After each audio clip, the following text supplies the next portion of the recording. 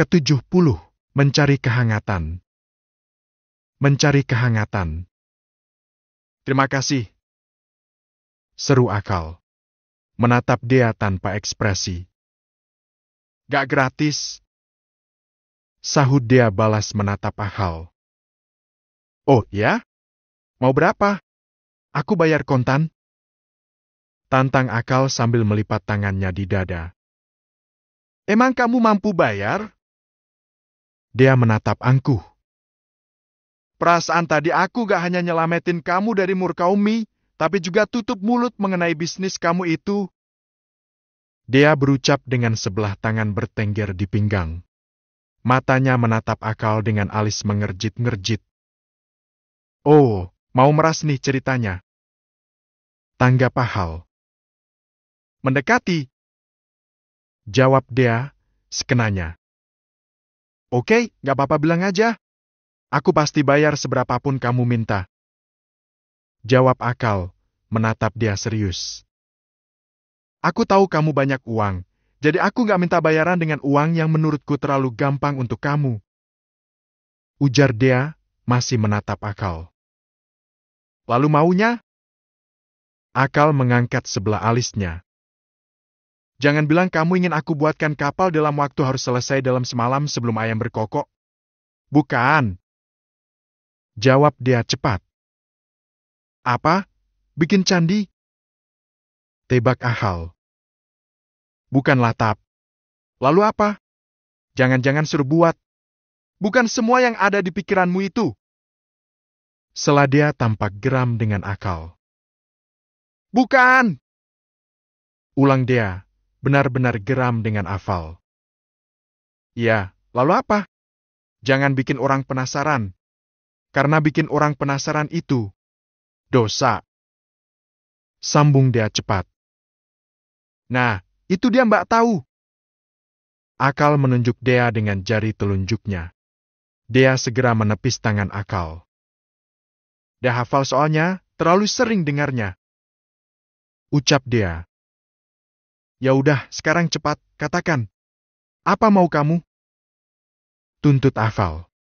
Dea tak segera menjawab, wajahnya menampilkan ekspresi tampak berpikir serius. Apa? Lama amat mikirnya. Emang apaan sih? Bikin penasaran? Akal memasang ekspresi penasaran. Gak jadi. Jawab Dea. Akal mengernyit. Kenapa? Tanya Akal. Suka sekali bikin orang penasaran. Lanjutnya lagi. Dea masih tak berkata dan seperti tak ingin mengatakannya. Apa? Cepat katakan. Tita Akal. Kan sudah kubilang, gak jadi. Jawab Dea sengit. Kan sudah kubilang, aku penasaran. Protes Akal, tak kalah sengitnya. Sejenak Dea terdiam. Emang segitunya, ya? Rasa penasarannya kamu, ya? Dea menatap Akal dengan mata memicing. Ya, rasa penasaranku sangat besar dan membuat orang penasaran itu dosa. Ucap Akal.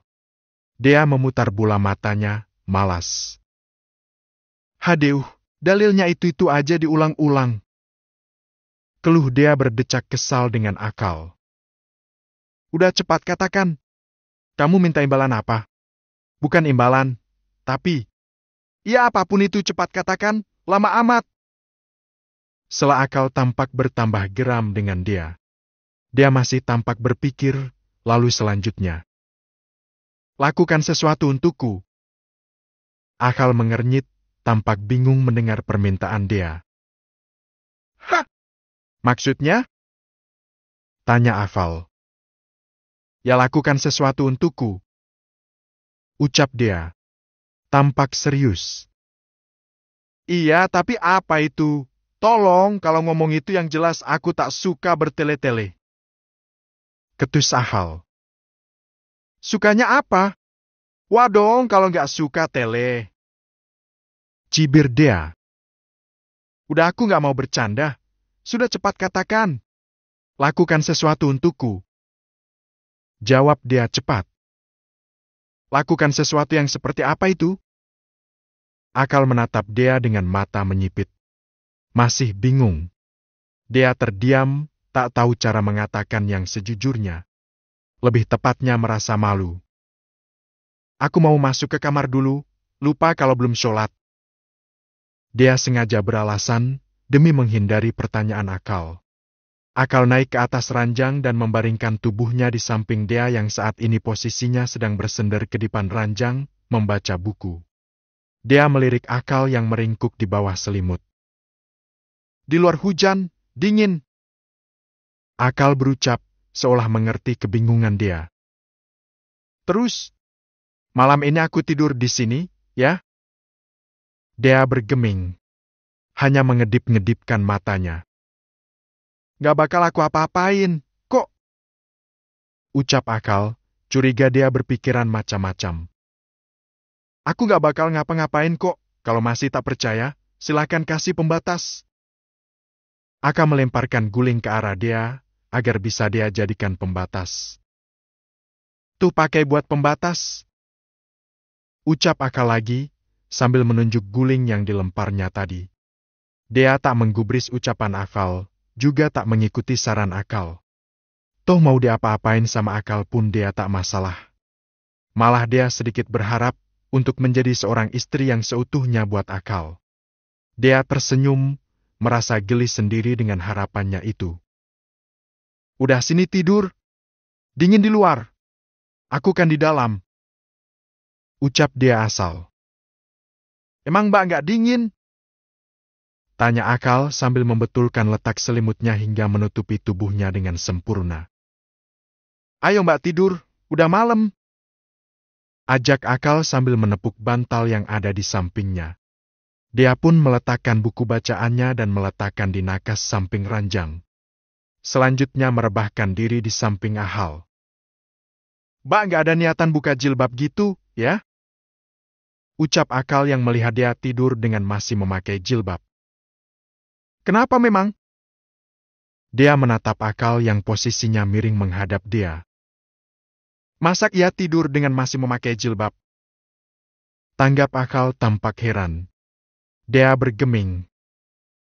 Selama kita menikah belum pernah aku melihat Mbak membuka jilbab. Tidur pun pakai jilbab. Raut wajah Akal tampak heran. Dia memang belum siap untuk melepas jilbab di hadapan Akal. Entahlah agak ragu saja meskipun Akal sendiri sudah suaminya. Namun untuk menampakkan aurat pada Akal seakan ragu.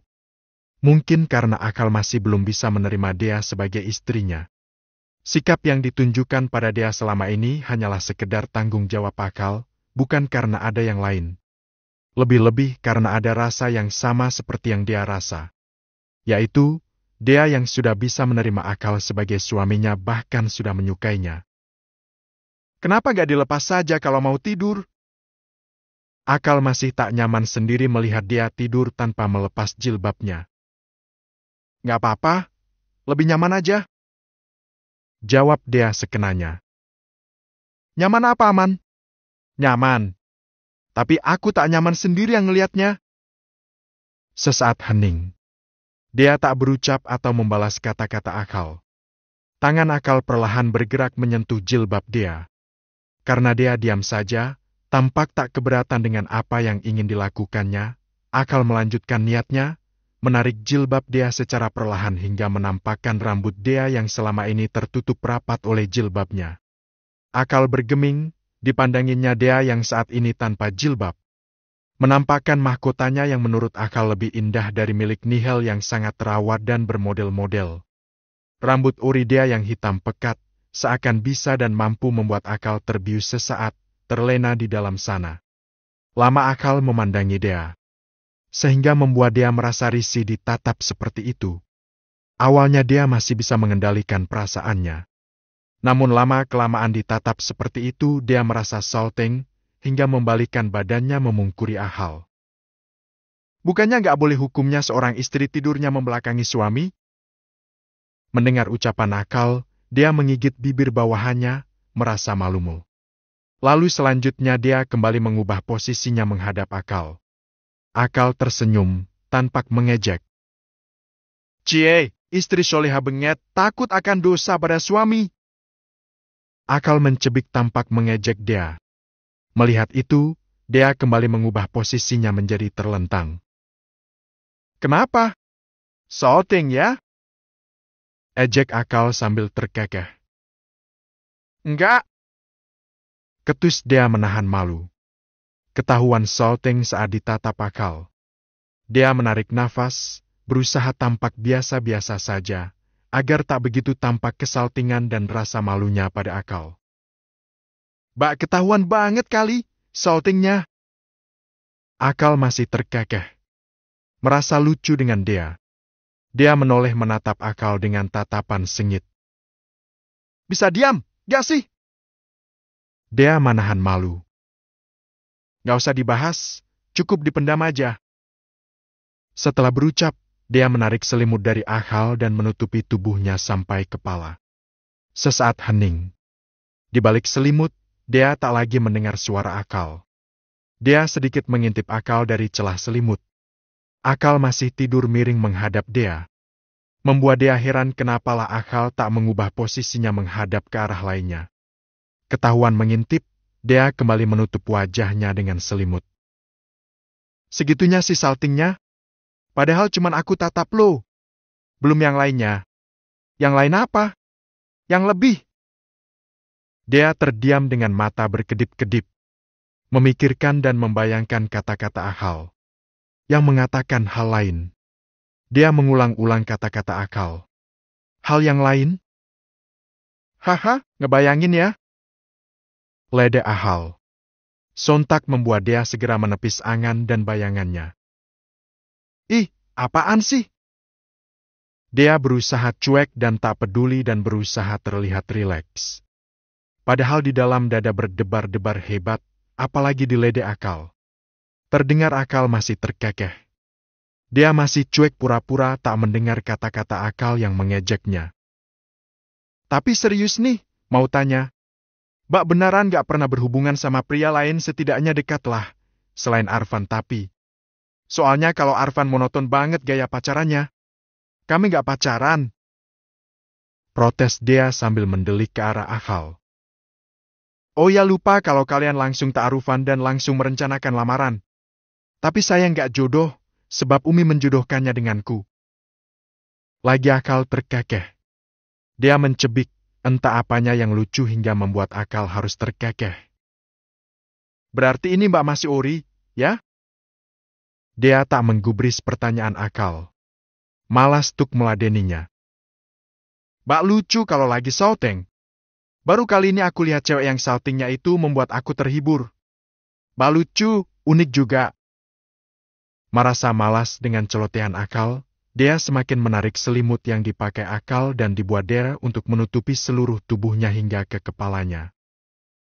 Mbak, aku gak kebagian selimutnya. Nih. Protes Akal saat semua selimut dibuat Dea untuk menutupi tubuhnya sendiri. Hingga dirinya gak kebagian. Dea cuek dan berpikir pura-pura tidur sepertinya lebih baik. Mbak, aku kedingin nih. Dea masih cuek.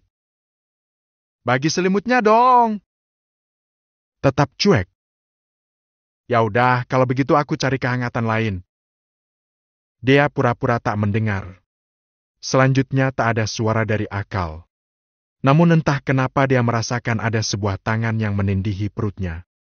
Lama-kelamaan semakin erat. Karena penasaran, dia membuka selimut yang menutupi wajahnya dan melihat apa yang menindihi perutnya. Setelah dicek, ternyata tangan Akal. Dia segera menoleh menatap Akal. Aku kedinginan karena Mbak tidak mau berbagi selimut, berarti harus bersedia berbagi dekapan. Mata dia membola. Kiranya tadi yang dimaksud Akal mencari kehangatan, Akal akan mencari selimut yang lain. Tak tahunya malah memeluk dirinya. Nafas dia tertahan, berusaha menyembunyikan debaran jantungnya yang semakin hebat. Takut akan ketahuan Akal yang tangannya kini ada di perutnya. Ke-71, Permintaan Nihil. Permintaan Nihil. Aku kedinginan, karena Mbak tidak mau berbagi selimut, berarti harus bersedia berbagi dekapan. Mata Dea membola. Kiranya Dea tadi yang dimaksud akal mencari kehangatan, akal akan mencari selimut yang lain. Tak tahunya malah memeluk dirinya. Sesaat pandangan mereka bertemu, tangan akal semakin erat, mengakibatkan muncul debaran hebat di dada Dea. Dea berusaha menahan nafasnya, berharap debaran-debaran jantungnya bisa berkurang. Namun bukannya berkurang malah semakin menambah.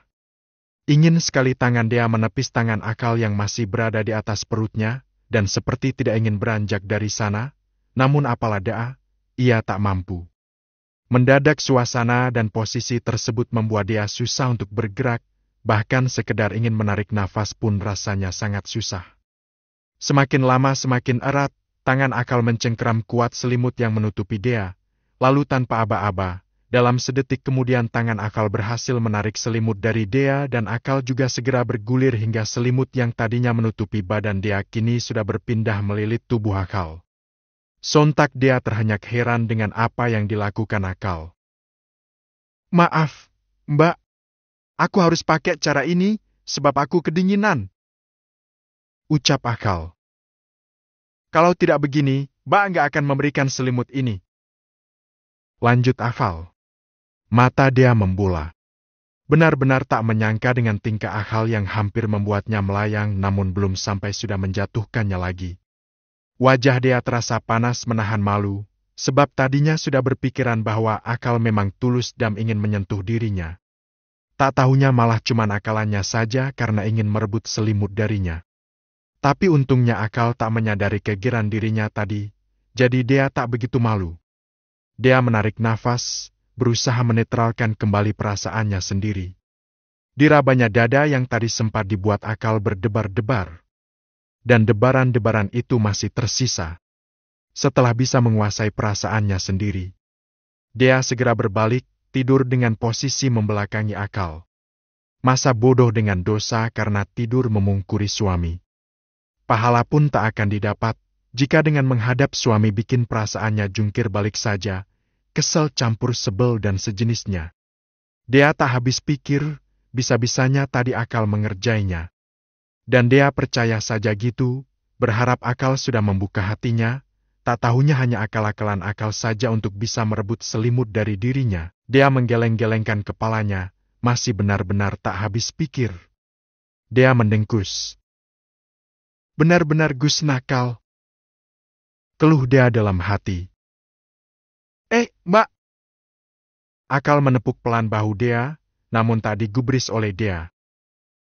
"Mbak!" panggil lagi Ahal. Dea segera memejamkan mata, berusaha cuek dan pura-pura tidur sepertinya lebih baik daripada meladeni akal. Yang ujung-ujungnya malah mengerjain. "Mbak, kok nggak nyaut sih? Udah tidur?" Akal masih tak menyerah, kembali menepuk-nepuk bahu Dea. Kali ini semakin keras. Membuat Dea harus meringin karena sakit. "Mbak, dingin gak? Kalau dingin sini, aku mau berbagi selimut," ucap akal yang kembali dicuekin oleh Dea. "Hei, Mbak!" Karena tak betah, akal segera menarik bahu Dea sekaligus. Dea yang tak siap menahan dirinya, dan tarikan akal sangat kuat, sontak saja membuat tubuh Dea berbalik menghadap akal secara tiba-tiba. Dan hal itu juga mengakibatkan baju bagian atas Dea sedikit tersingkap dan terbuka juga menampakkan keindahan aurat yang selama ini selalu Dea tutupin. Akal yang melihat itu sempat menelan ludah dan segera memalingkan wajahnya ke arah berlawanan. Walau bagaimanapun Ahal tetap laki-laki normal, yang jika melihat sejenis itu akan membangkitkan gairah kelelakiannya. "Apa?" ketus Dea pada akal. "Gak jadi." Kali ini giliran akal yang membalik badannya memungkuri Dea demi menghindari ketidaknyamanan tadi. Sebab akak rasa bahaya jika terus-terusan memandangi keindahan-keindahan Dea yang selama ini tersembunyi dan tertutup rapat. Bisa-bisa membuat dirinya kilaf. Dea yang merasa akal gak jelas hanya menggeleng-gelengkan kepalanya. Dea terbangun sekitar jam 3:30 pagi. Setelah sayup-sayup mendengar dengkuran halus seseorang yang terasa begitu dekat ia dengar. Sehingga begitu jelas di telinganya. Dengan berusaha menahan kantuk yang menguasai dirinya, perlahan dia membuka matanya. Alangkah terkejutnya dia, matanya terbelalak lebar. Kantuk yang menguasai dirinya tadi hilang seketika, lenyap seketika saat melihat posisinya saat ini yang tengah berhadap-hadapan dengan Akal. Namun bukan itu yang membuat dia terkejut, melainkan tangan Akal yang merangkul dirinya, seolah-olah mendekap dia. Dan dia sendiri tampak menikmatinya. Dia beristighfar dalam hati. Melihat posisinya yang menurutnya sangat parah daripada tadi saat belum tidur. Pantas saja dia tak merasa kedinginan walau tak memakai selimut, tak tahunya ada selimut bernyawa yang membuatnya merasa hangat, melebihi hangatnya selimut asli. Dia sempat menahan nafas agar debaran-debaran jantung tak lagi menghampirinya. Hembusan nafas Akal begitu jelas terdengar oleh dia, saking dekatnya jarak di antara wajah keduanya. Melalui jarak yang begitu dekat, dia bisa melihat wajah tampan Akal dengan begitu jelas.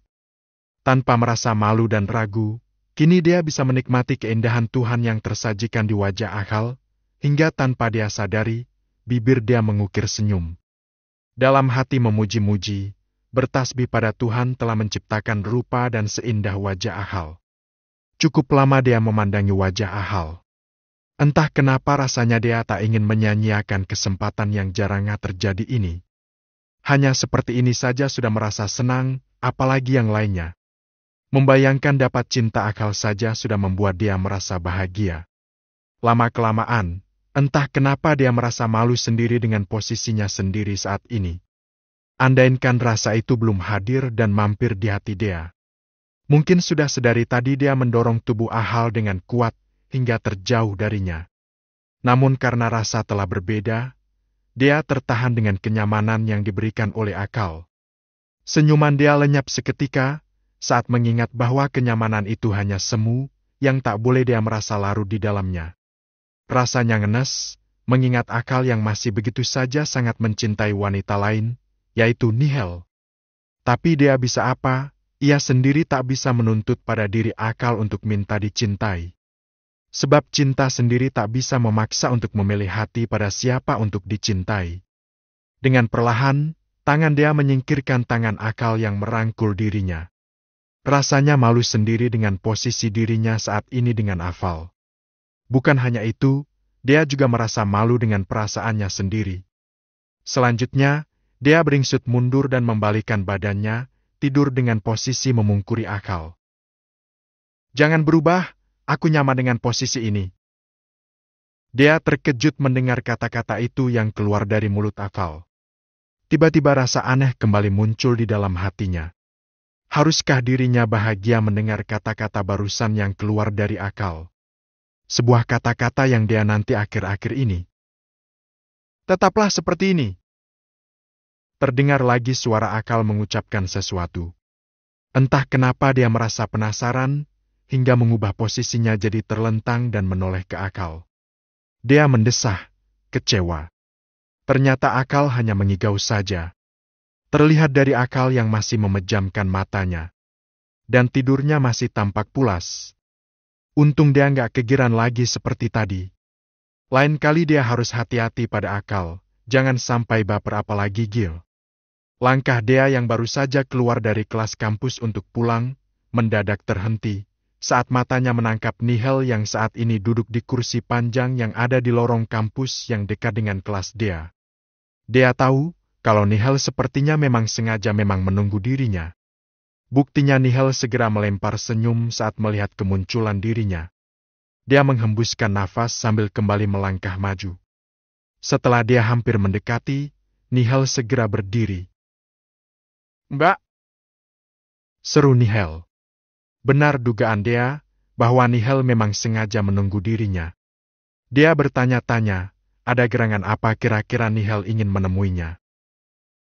"Iya," jawab dia, berusaha agar terdengar sedatar mungkin nada suaranya untuk Nihel.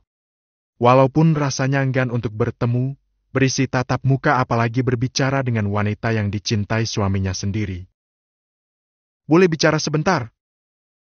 Nihel masih dengan senyuman manisnya, menampakkan kedua lesung di pipinya.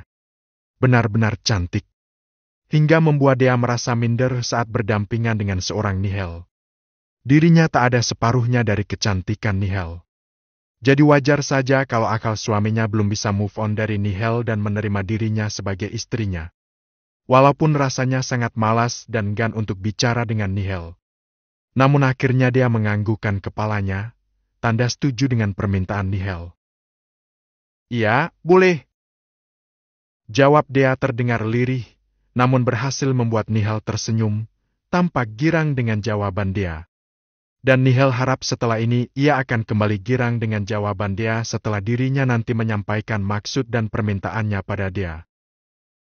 "Iya, mau bicara apa, ya?" tanya dia saat melihat Nihil hanya diam saja, tak kunjung berbicara. Boleh kita duduk dulu, biar enak dan bisa santai ngobrolnya?" tawar Nihil dengan ekspresi penuh harap pada dia. Lagi, dia menganggukkan kepalanya. "Iya, boleh." Dia mengayunkan kakinya, melangkah menuju kursi panjang yang tadi duduki Nihil. Nihil juga ikut menyusul duduk di samping dia. Sesaat hening, tak ada yang berkata di antara dia dan Nihil.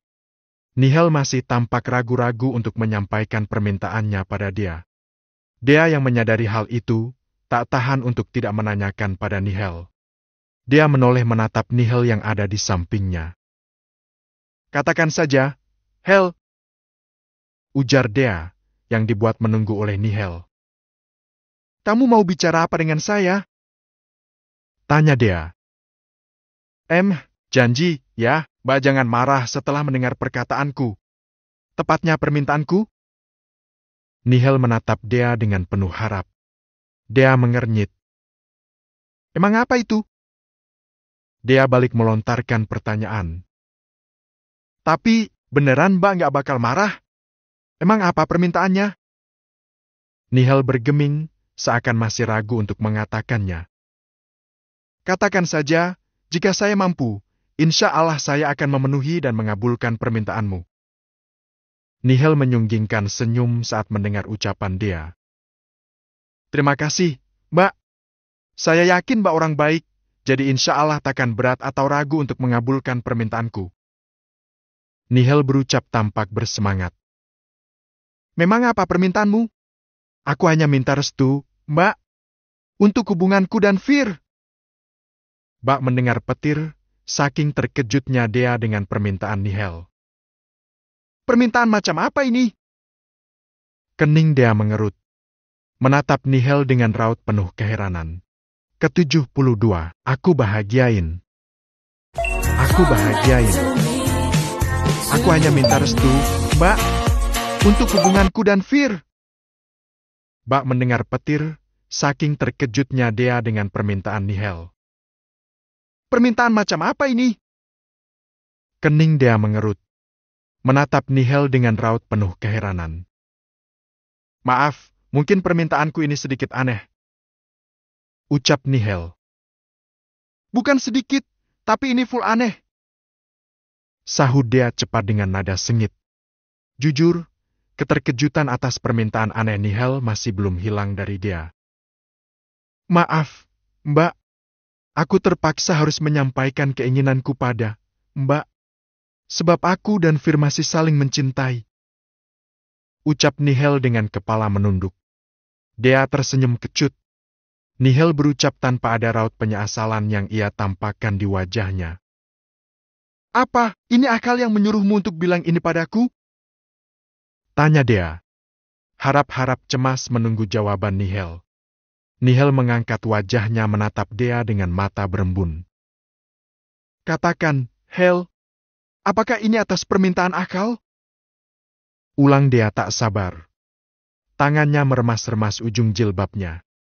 Jika benar akal yang menyuruh Nihil untuk mengatakan hal ini pada dirinya, maka dia akan mundur. Dia tak akan mengemis-ngemis cinta akal untuk dirinya. Sebab dia berpikir, cinta tak akan bisa membuatnya bahagia jika harus terbagi, apalagi dengan Nihil yang jelas-jelas wanita pertama yang bisa menembus hati akal. Jika memang akal ingin menikah dengan Nihil, lebih baik dia mundur. Sebab dengan itu dia sadar, akal memang orang baik, namun tidak baik untuk dia. Jika akal lebih bahagia dengan Nihil, maka dia tak akan mengganggu kebahagiaan Aval. Itu artinya kebahagiaan dia tak ada di Ahal, namun ada di pria lain. Entah siapa pria itu. Dia masih menatap Nihil dengan harap-harap cemas menunggu jawaban Nihil. Tidak. Nihil menggelengkan kepalanya sambil kembali menundukkan wajahnya. Sontak hal tersebut membuat dia tersenyum lega. Entah kenapa jawaban Nihil yang disampaikan bahwa hal tersebut bukan atas perintah akal membuat rasa bahagia tersendiri. Itu artinya masih ada harapan untuk dia bisa meraih cinta akal untuk dirinya. Jadi, dia menatap Nihil dengan lekat. Ini hanya kemauanku saja. Aku sangat mencintainya hingga sampai saat ini aku pun masih mencintainya. Begitupun juga dengan Fir. Oleh karena itu aku menyampaikan keinginanku pada Mbak. Jelas Nihil. Jadi kamu mau menikah dengan akal meski sudah menikah denganku? Tanya dia lagi. Masih menatap Nihil yang menundukkan wajahnya. Aku tak peduli, meski Fir sudah menikah dengan siapapun. Jawab Nihil dengan tanpa ragu. Apa kamu juga mau hidup di madu? Lagi, Nihil mengangguk tanpa ragu. Ya, aku mau, asal bisa hidup dengan Fir. Tapi aku yang tak mau, Hel. Sahut dia cepat. Sontak saja membuat Nihil segera mengangkat wajahnya menatap dia dengan lekat. Kenapa? Tanya Nihil dengan nada kalem. Jangan pernah tanyakan kenapa padaku. Tapi tanyakan pada dirimu sendiri. Aku tak sama sepertimu. Hati kita beda. Jadi jika seandainya kamu rela berbagi suami tapi tidak denganku, Hel. Ucap dia dengan tegas dengan harapan Nihil akan memahami kata-katanya. Sejenak Nihil termangu dengan kata-kata dia. Dipandanginya wajah dia dengan seksama, seakan mencari arti dari kata-kata yang barusan dia ucapkan. Tidak ingin berbagi suami? Apa itu artinya? Mbak sudah menyukai Fir? Tanya Nihil. Masih dengan nada kalem. B? Dia tercekat dengan pertanyaan Nihil. Dia segera menyadari jawaban yang barusan ia ingin sampaikan pada Nihil. Barusan dirinya ingin menjawab benar. Artinya setuju dengan pertanyaan Nihil yang mengatakan kalau dia sudah menyukai akal. Walaupun itu benar adanya, tapi dia masih tidak ingin memberitahukan pada siapapun. Rasanya terlalu gengsi, lebih tepatnya malu. Terutama pada akal yang sampai saat ini masih biasa-biasa saja pada dirinya. Apa Mbak sudah mulai mencintai Fir? Ulang Nihil. Sebab belum mendapatkan jawaban dari dia. Dia menarik nafas, berusaha menetralkan perasaannya yang sempat berantakan sebab pertanyaan dan permintaan Nihil. Maaf Nihil, mungkin antara aku dan akal masih belum ada cinta. Tapi bukan berarti aku akan membiarkan seseorang untuk menyelinap masuk dengan bebas di tengah-tengah kekosongan kami. Jelas dia. Nihil bergeming, dengan mata masih menatap serius pada dia. Jika memang antara aku dan akal kini tak saling mencintai, tapi aku tak akan menyerah. Sebab aku yakin suatu saat nanti di antara kami rasa itu akan hadir dengan seiring berjalannya waktu. Jelas lagi dia.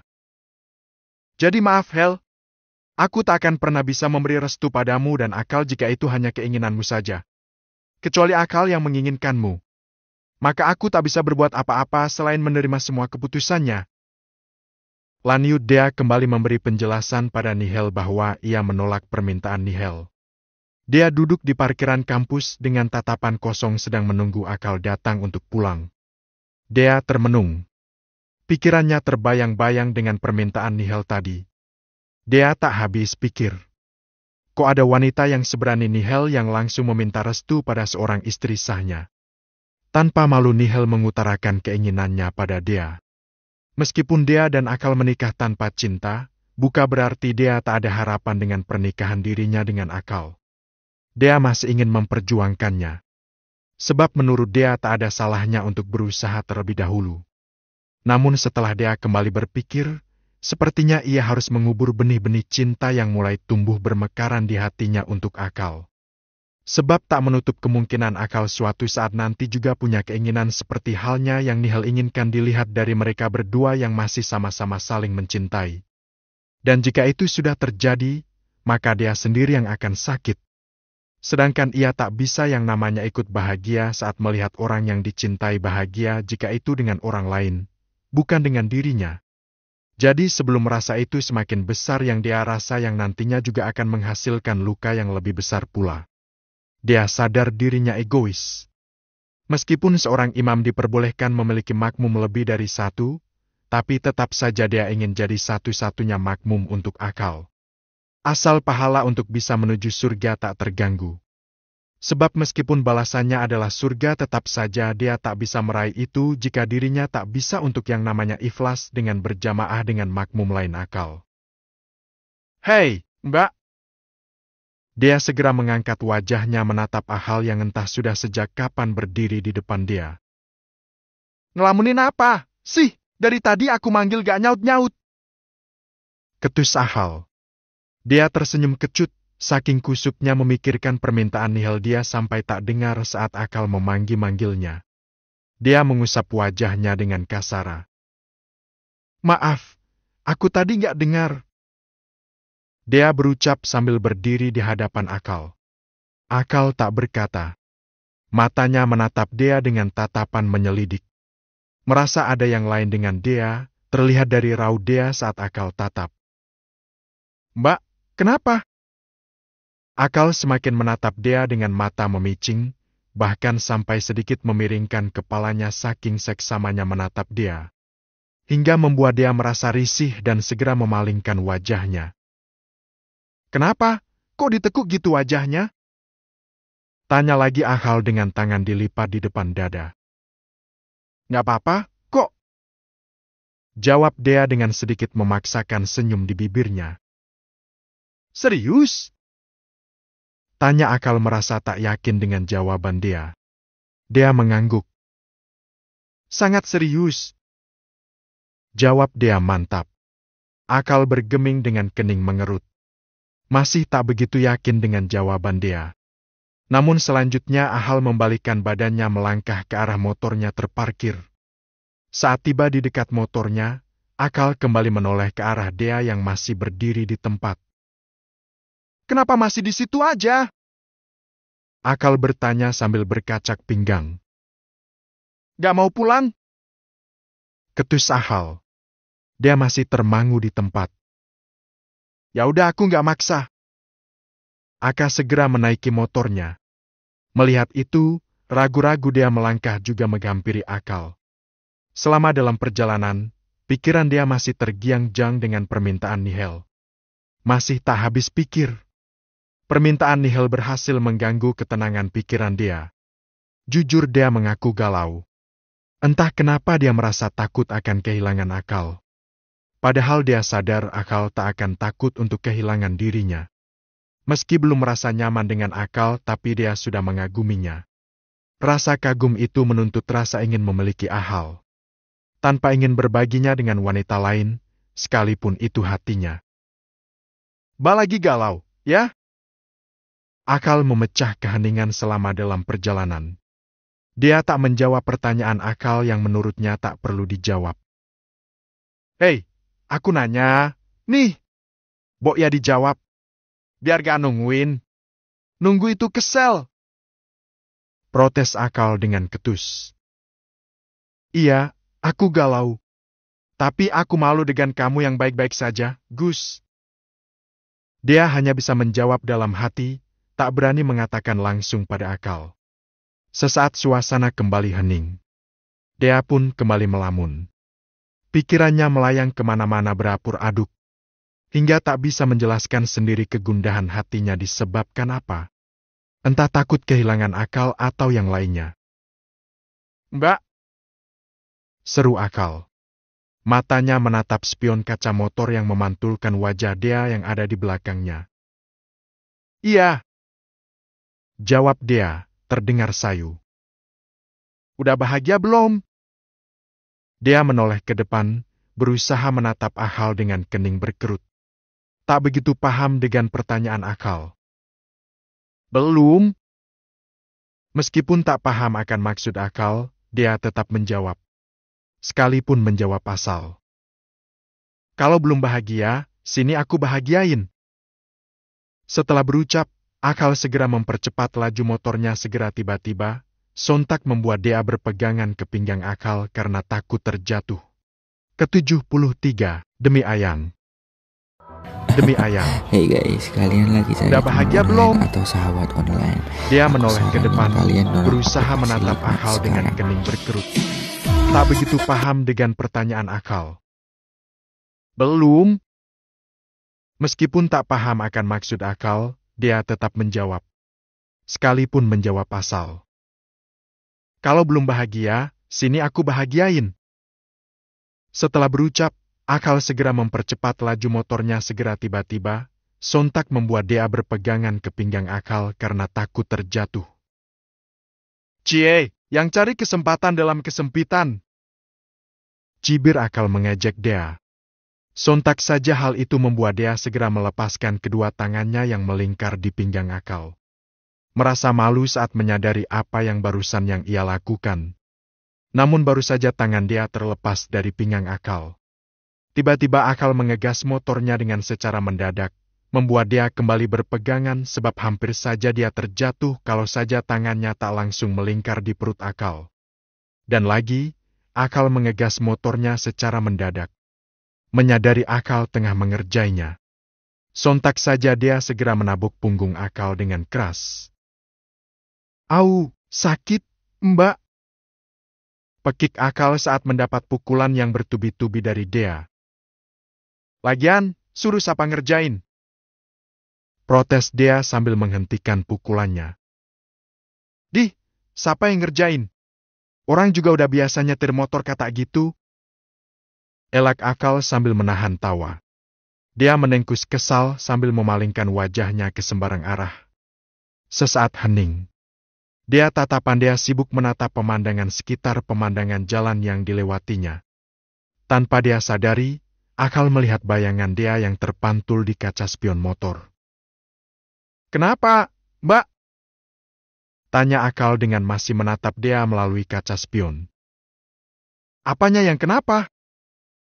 Dia balik bertanya dengan pandangan masih menatap pemandangan sekeliling.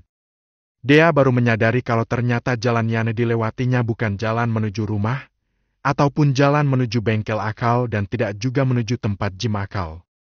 Entah mau kemana Akal, dia tak tahu dan tak ingin bertanya untuk mencari tahunya. Aku nanya, bok ya dijawab atuh, Mbak. Sindir Akal. Mendengar itu, dia tersenyum. Merasa lucu dengan Afal. Ditanya malah senyum-senyum. Dia mengernyit. Merasa heran kenapa bisa mengetahui gerak-geriknya. Karena penasaran, dia segera menatap ke depan. Dan matanya terbelalak saat menyadari kalau Akal tengah memantau dirinya melalui kaca spion. Saat tatapan mata mereka bertemu di kaca spion, Akal mengedipkan sebelah matanya. Sontak saja mata dia melebar. Mendadak shouting, dia segera mengalihkan pandangannya. Merasa malu. Melihat itu, Akal terkekeh geli. Mbak, gitu aja shouting. Akal masih terkekeh. Aku gak shouting, hanya saja. Dia jadi bingung sendiri mau beralasan apa. Mbak. Panggil Ahal. Dia tak menjawab. Mbak, aku manggil. Ingat Ahal. Apa? Jawab dia santai. Pegangan yang erat. Setelah berucap, Akal segera melajukan motornya dengan kecepatan tinggi membuat dia mau tak mau harus berpegangan ke pinggang Akal. Kenapa ke sini? Dia menatap Akal yang berdiri di sampingnya. Tengah menatap ombak pantai. Akal tak menjawab. Masih fokus menatap pantai. Hei, Gus, aku nanya, nih. Dia berucap dengan gaya bicara Akal. Mendengar itu, Akal menoleh sambil tersenyum. Tangannya terangkat mengusap pelan kepala dia yang berbalut jilbab. Iya, tanya apa Mbak Istri? Akal masih mengusap-usap kepala dia. Sedangkan dia tercengang sambil mendongakkan wajahnya menatap Akal.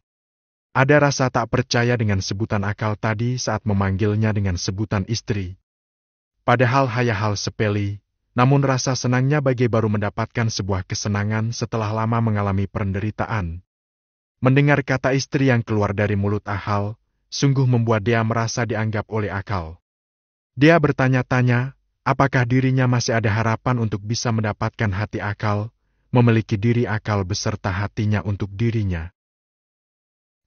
Segitunya si natapnya? Kening Akal mengerut melihat raut wajah dia yang masih menatap Akal dengan bibir menyunggingkan senyum. Katanya mau buat aku bahagia. Mana? Tuntut dia. Haha, masih ingat aja? Akal tergagah. Apa, ya? Akal tampak berpikir. Aku nggak tahu mau bahagiain Mbak dengan apa.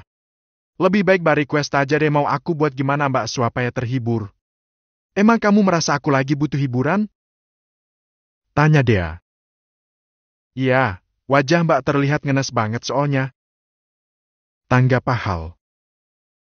Kalau gitu lanjutkan niatmu untuk membuatku bahagia. Sebab yang ngebuat aku ngenes itu kamu, Dia segera membekap mulutnya sendiri saat keceplosan barusan. Karena aku? Akak mengernyit. Dia menggeleng tanda tidak setuju dengan pertanyaan Akal. Kenapa aku? Mbak? Aku ngapain, Mbak? Kembali dia menggeleng tanpa bisa berkata-kata. Mbak ada masalah? Akal masih menyelidiki. Gak ada? Jawab dia cepat. Lalu? Gak ada apa-apa. Aku hanya butuh hiburan. Jawab dia asal. Demi menghindari kecurigaan Akal. Minta aja apapun yang bisa ngebuat Mbak bahagia. Ucap Akal. Aku hanya ingin hati kamu, tidak dengan yang lain. Ingin sekali dia jawab dengan kalimat itu. Namun dia terlalu pengecut. Sebab menurutnya ada batasan bagi perempuan untuk tidak terlalu menampakkan rasa suka dan kagumnya jika levelnya lebih rendah dari pria yang disukainya. Lebih tepatnya minder. Itulah prinsip dia. Hei, kok malah ngelamun? Kau tegur Akal sambil mengibaskan tangannya di depan wajah dia. Aku nggak butuh apa-apa. Jawab dia. Main jet ski, yuk. Ajak Akal. Hah, jet ski? Tanya dia meyakinkan. Jawab Akal sambil melipat tangannya di depan dada. Dengan segera dia menggelengkan kepalanya. Aku nggak bisa. Duduk di belakangku aja kalau gitu. Usul Akal. Nggak, takut. Yang nggak takut apa? Dicintai sama kamu. Sayang, dan lagi dia hanya berani menjawab di dalam hati saja. Sesaat hening, keduanya sama-sama terdiam. Akal menatap dia dengan lekat hingga membuat dia tiba-tiba shouting menerima tatapan seperti itu dari Akal. Aku bisa lo menebak hati, Mbak? Hah? Dia melongo terkejut. Dadanya berdebar, panik akan Akal tahu apa yang barusan yang dibilang dalam hatinya. Saya serius tahu apa isi hatiku? Tanya dia dengan ekspresi getir juga panik. Iya, tahu. Jawab Akal dengan masih menatap dia dengan seksama. Apa? Dia dag-deg-dag menanti jawaban Akal. Malu jika benar sampai Akal tahu dengan isi hatinya. Ingin pulang ke rumah neneknya, ya? Tebak Akal dengan mata menatap dia dengan memicing. Hah? Lagi dia melongo. Matanya berkali-kali berkedip-kedip. Ya, aku tahu kalau Mbak pasti kangen dengan keluarga Mbak. Tanggap Akal. Dia menghembuskan nafas lega. Ternyata Akal menyangka dirinya hanya ingin pulang dan rindu dengan keluarganya. Kiranya tadi Akal benar-benar bisa mendengar atau membaca isi hatinya, tak tahunya. Intinya dia lega. Dia menyunggingkan senyum. Entahlah, dia sendiri bingung, ia hanya ingin tersenyum. Tuh, kan, kelihatan banget dari ekspresi wajah Mbak. Tanggap Akal lagi. Langsung berbinar-binar dan tampak lega gitu. Artinya tebakan aku benar, kan? Iya, aku kangen. Jawab Dea mengikuti pemikiran Akal. Walaupun sebenarnya tidak begitu kangen, tapi lebih baik meneruskan prasangka Akal daripada Akal tahu perasaan dirinya yang sesungguhnya. Kalau gitu ayo ke sana. Hah? Serius? Tanya Dea seolah tak percaya dengan penawaran Akal. Iya, nginep juga nggak apa-apa. Hah? Serius? Ulang lagi Dea dengan bersemangat dan tatapan tampak berbinar-binar. Hahuha aja dari tadi. Sebelah hal. Iyalah serius. Lanjut Akal yang tentunya membuat Dea berbunga-bunga.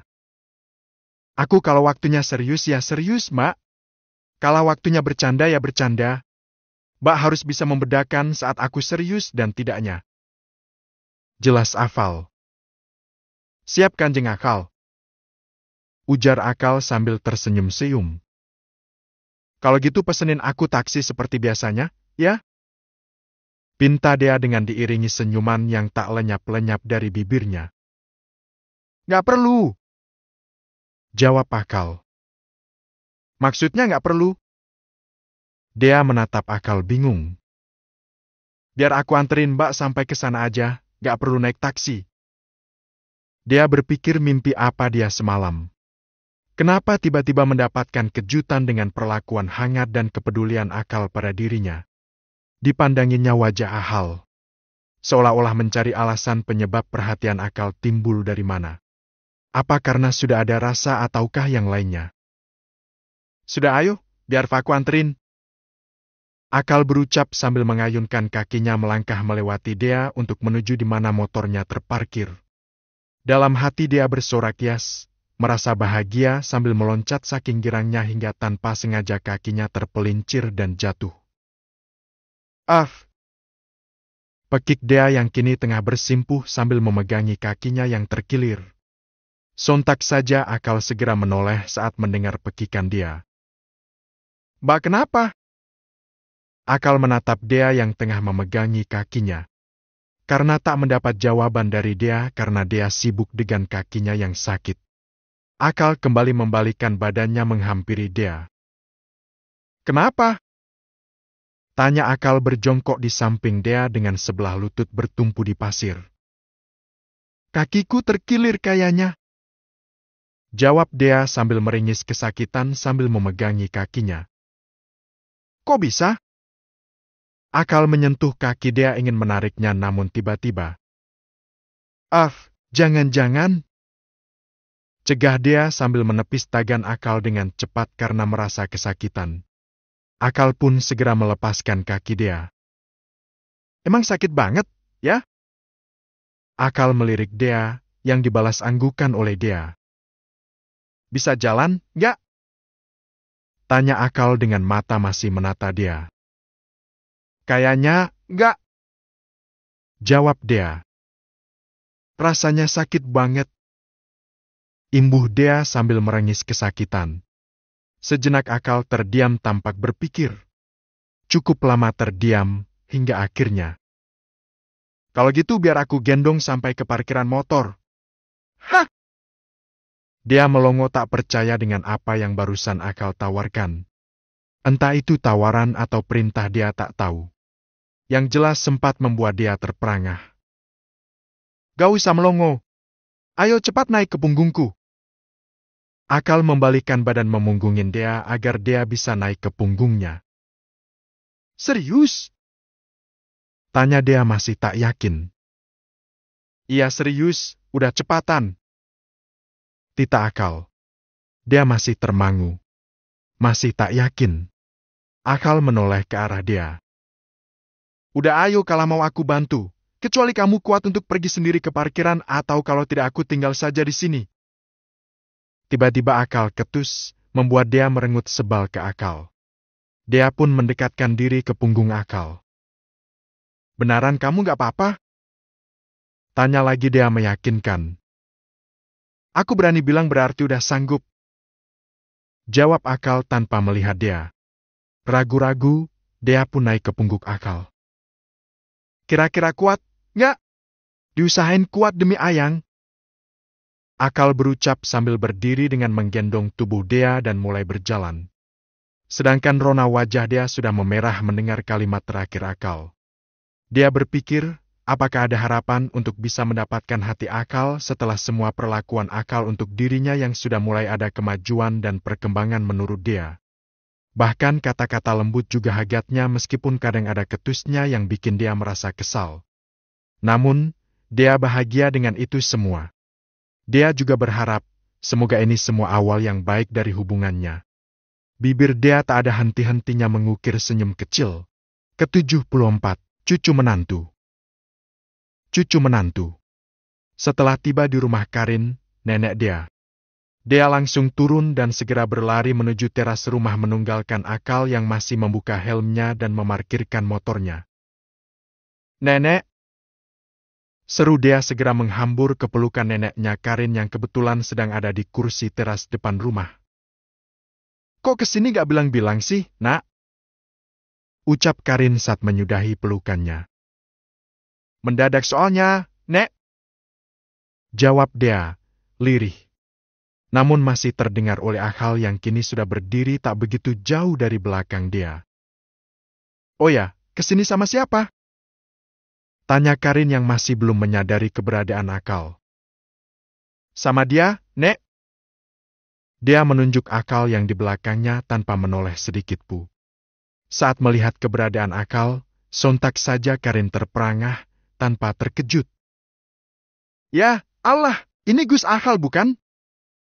Tanya Karin sambil berjalan dengan mata fokus menatap Akal. Pak, sini Pak. Panggil Karin memanggil Pak Arga, namun pandangannya tak lepas dari wajah Akal. Ada apa, Bu? Sahut Pak Arga yang baru keluar dan belum melihat ke arah Akal. Ini loh, Pak. Kita kedatangan cucu menantu. Seru Karin dengan girang. Mana, Bu? Tanya Arga. Ini loh, Pak. Karin menunjuk keberadaan Akal dengan pandangan masih fokus ke arah Akal tanpa menoleh sedikit pun pada Arga suaminya saat berbicara.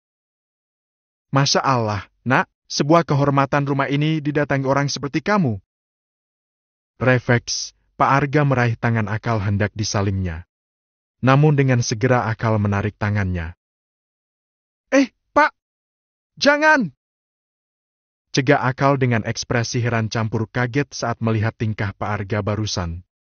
Kari segera menabuk bahu Pak Arga dengan keras hingga membuat Pak Arga mengaduh kesakitan. Sedangkan dia menggigit bibirnya dengan ekspresi konyol. Sebab memikirkan tingkah Pak Arga yang menurut dia konyol.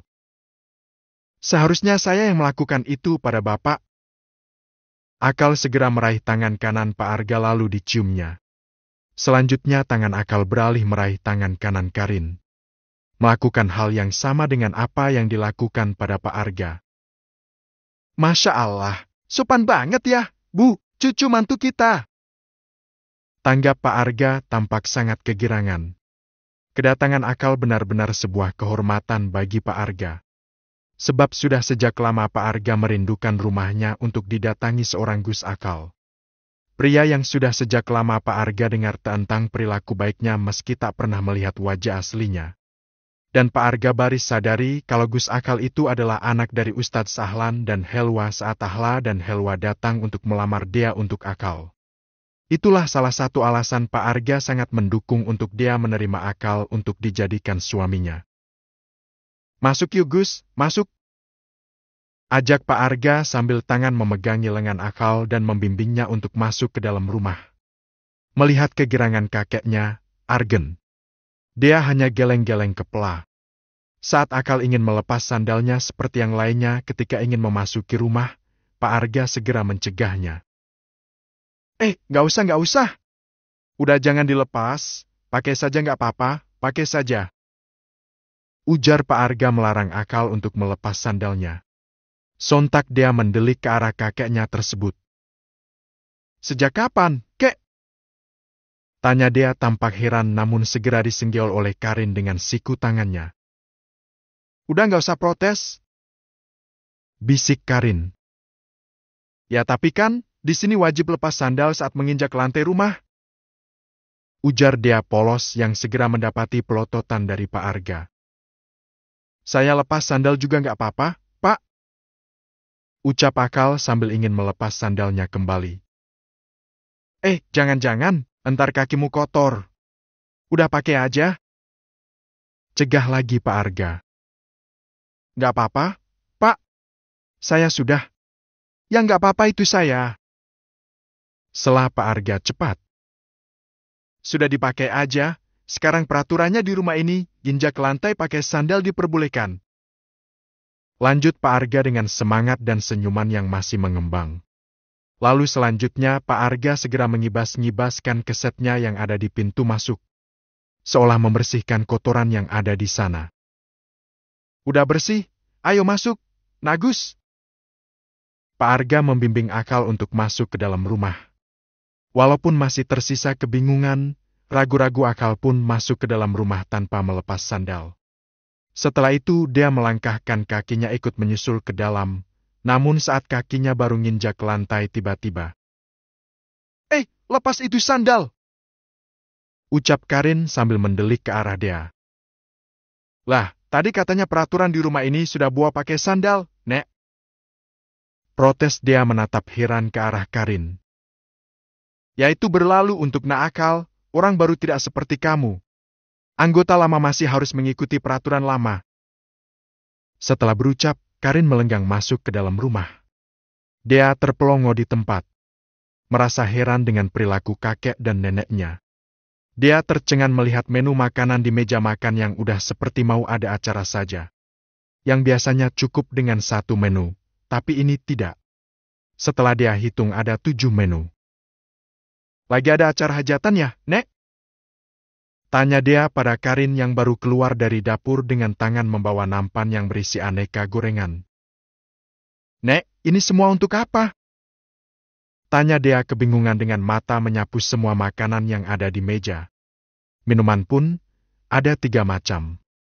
Air putih, jus dan teh. Nek! Panggil lagi Dea karena belum mendapat jawaban dari Karin. Untuk Nagus Afal? Hah! Dea terpelongo kaget. Beberapa kali mengedip-ngedipkan matanya. Sebanyak ini? Tanya Dea lagi, masih tersisa keterkejutan di diri Dea. Iya. Jawab Karin santai dan dengan senyuman. Tapi gak sebanyak ini juga kali, Nek. Dia mengusap wajahnya kasar sambil menghembuskan nafas tampak lesu dengan tingkah laku neneknya. Ini siapa nanti yang mau ngabisin makanan, Nek? Tanya Dea kembali menyapu semua makanan yang terhidang di meja makan. Ya, Nagus Akal yang akan menghabiskan, Dek. Jawab Karin dengan penuh semangat dan kegirangan. Ya, ampun, Nek. Orang sekecil Gus Akal gak akan mampu untuk menghabiskan makanan sebanyak ini. Keluh Dea menatap geram sama neneknya. Siapa yang kecil? Dea tersentak kaget dengan kedatangan Akal secara tiba-tiba. Karin menyenggol lengan Dea. Kamu, sih? Bisik Karin pada Dea. Namun masih bisa didengar oleh Akal. Ada apa, Bu? Tanya Pak Arga yang baru datang dengan tangan membawa nampan yang berisi dengan tusukan sate. Dari mana, Kek? Tanya Dea pada Pak Arga yang kini sudah meletakkan nampan sate di atas meja, menyandingkan dengan makanan-makanan yang lainnya. Ini habis manggang sate. Jawab Pak Arga dengan bibir menyunggingkan senyuman. Sebanyak ini, Kek? Tanya Dea, yang kebingungannya semakin bertambah. Dea bertanya-tanya, ada apa dengan kakek dan neneknya tersebut? Maaf, mau tanya. Emang lak ada hajatan, ya, di rumah ini? Akal menatap semua makanan yang ada di meja. Enggak kok, Nagus. Jawab Pak Arga cepat. Terus semua makanan ini, Tanya Akal lagi. Untuk Nagus hafal. Jawab Karin cepat dan penuh semangat. Tapi saya lagi puasa, Pak. Apa? Pekik Pak Arga dan Karin serempak. Ke-75, kecewa. Kecewa. Tapi saya lagi puasa, Pak. Apa? Pekik Pak Arga dan Karin serempak. Akal mengernyit. Masih tak mengerti dengan keadaan yang sudah terjadi. Memang ada apa, Pak? Tanya Aka kebingungan. Pak Arga dan Karin masih tak bersuara. Sedikit syok dengan jawaban Akal. Karena tak mendapat jawaban dari kebingungannya, Akal melirik ke arah Dea sambil sedikit mengangkat sedikit dagunya, seolah bertanya pada Dea melalui bahasa isyarat. Dia menjawab dengan bahasa isyarat juga, yaitu menunjuk semua makanan yang ada di meja lalu telunjuk Dea beralih menunjuk ke diri Akal. Hah? Kenapa sebanyak ini? Pekik Akal yang mengerti dengan bahasa isyarat Dea. Sedangkan Dea mengedikkan bahunya. Tanda tak mengerti. Dipandanginya oleh Akal makanan yang terhidang di meja makan dengan begitu banyaknya. Serius nak Akal lagi puasa? Tanya Karin. Berharap jawaban Akal tadi hanya candaan. Tidak, Bu. Saya memang lagi puasa. Jawab Akal dengan serius. Emang puasa apa? Dia melirik ke Akal dengan sebelah tangan ada di kursi meja makan. Sunnah Rajab. Jawaban Akal seketika membuat dia teringat kalau bulan ini sudah memasuki Rajab. Mendengar jawaban Akal seketika membuat Pak Arga dan Karin tampak lesu. Terus siapa dong yang mau makan semua ini makanan? Tanya Karin menatap Dea. Yang langsung dijawab oleh Dea dengan mengedikkan bahunya. Jadi makanan ini rencananya buat saya? Tanya Akal menatap Pak Arga dan Karin secara bergantian. Pak Arga dan Karin serempak menjawab dengan anggukan. Ya sudah kalau gitu, nanti saya makan saja habis buka. Jawan Akal tampak santai. Tapi kan masih lama, Nak Gus. Ujar Karin. Nggak apa-apa, asal mengacung basi. Tanggap Ahal. Enggak, nanti biar dia masakin aja lagi. Sekarang ini makanan biar dibagiin aja ke tetangga. Ujar Karin cepat sambil mengambil beberapa wadah makanan lainnya untuk dibungkus. Karena dipaksa oleh Karin untuk menyiapkan masakan buka untuk Akal. Dea pun saat ini memasak untuk Akal. Untuk berbuka nanti. Hampir menghabiskan waktu 2 jam untuk dia memasak makanan menu buka Akal. Dia sengaja untuk membuatnya sepenuh hati, agar hasilnya juga menyenangkan hati. Sebab ini merupakan hal yang pertama kalinya buat dia memasak untuk Akal. Selama ia menjadi istrinya. Kalau di rumah Helwa untuk memasak sudah ada pelayan yang menyiapkannya. Dia menyunggingkan senyum saat melihat semua apa yang sudah disiapkannya sudah beres. Dengan penuh semangat, dia segera membawa semua makanan yang sudah masak ke meja makan. Setelah selesai, dia melirik arloji di tangannya. Jam buka 1 jam lagi. Masih ada waktu untuk membuat yang manis-manis dan segar-segar untuk Akal. Rencananya dia akan membuatnya saat ini juga. Namun entah kenapa ia perlu menemui Akal terlebih dahulu untuk menanyakan menu kesukaannya. Dia pun melangkah ke kamar untuk menemui Akal. Saat membuka pintu kamar, dia langsung menjumpai Akal di balik pintu tengah merapikan lengan kemejanya dan tampak juga ingin membuka pintu untuk keluar kamar. Maya kemana? Pertanyaan itu keluar begitu saja tanpa dia inginkan. Kekepoannya pada Akal yang kini sudah rapi sukses membuat kalimat tersebut terlontar begitu saja. Aku mau keluar, ada urusan mendadak. Akal menjawab tanpa menatap dia. Tangannya masih sibuk merapikan penampilannya. Lalu itu, tebang saja. Mbak sepuasnya tinggal dulu di sini mau pulang kapan saja. Nanti kalau mau pulang tinggal kabarin aku saja, ya? Biar bisa dijemput. Jawab Akal. Padahal bukan jawaban itu yang dia maksud. Tadi dia ingin menanyakan mau berbuka di mana nanti, tapi Akal malah membahas kepulangan dirinya. Dia mendesah, kecewa. Sudah payah dirinya memasak makanan yang terbaik untuk menjamu buka akal untuk yang pertama kalinya, ternyata akal malah ingin keluar. Ya sudah, aku pergi dulu, ya? Pamit akal. Dia hanya tersenyum samar. Rasa kecewanya membuat dia merasa malas untuk menjawab pamitan akal walau sekedar kata iya. Akal pun mulai melangkah, melewati dia untuk pergi. Setelah langkah akal sudah mulai agak jauh, dia tersenyum kecut.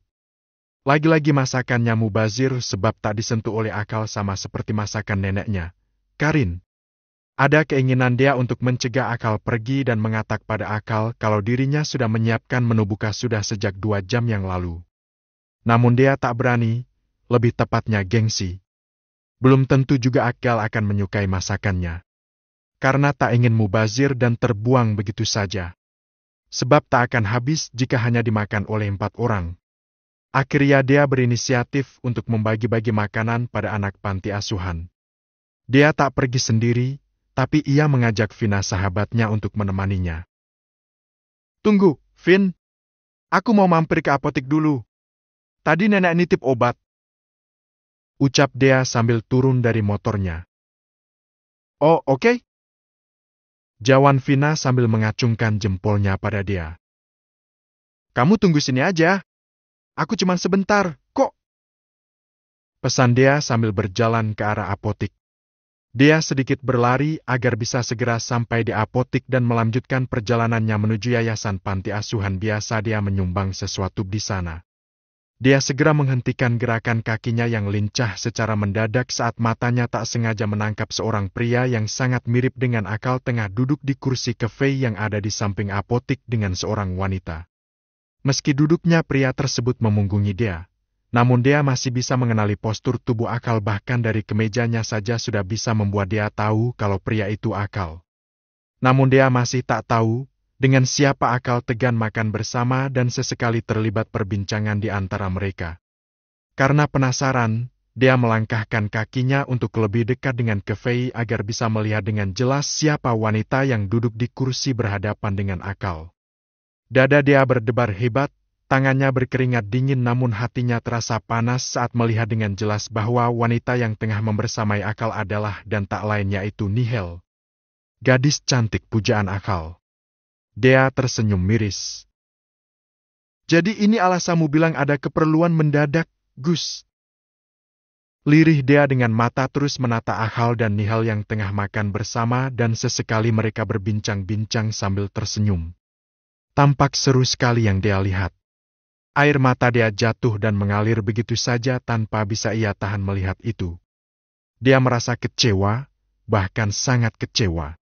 Setelah dia bela-belain masak dengan sepenuh hati, namun akal lebih memilih berbuka dan makan di kafe bersama kekasih hati, yaitu Nihel. Urusan mendadak apa ini? Lirih lagi dia. Tangannya mengusap air mata yang terus mengalir dengan mata menatap lurus ke depan. Memantau setiap kegiatan yang akal lakukan di dalam kafe sana. Dia meremas-remas tangannya sendiri. Rasanya begitu sakit saat usahanya untuk membuat akal merasa senang namun akal memilih kesenangan yang lain.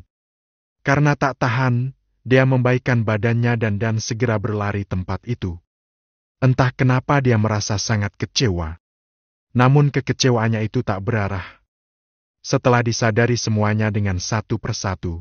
Ke-76, belajar cuek.